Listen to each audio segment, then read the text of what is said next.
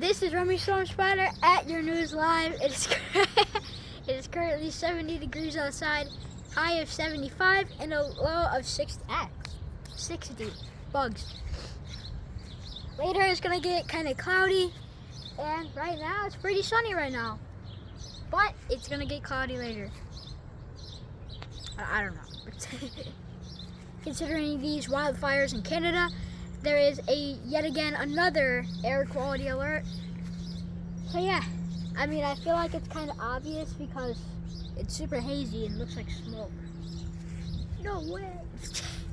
Storms tomorrow all the way through Monday, possible around a 40% chance. I can kind of smell it. Anyways, that's all for today. So now remember, weather never sleeps.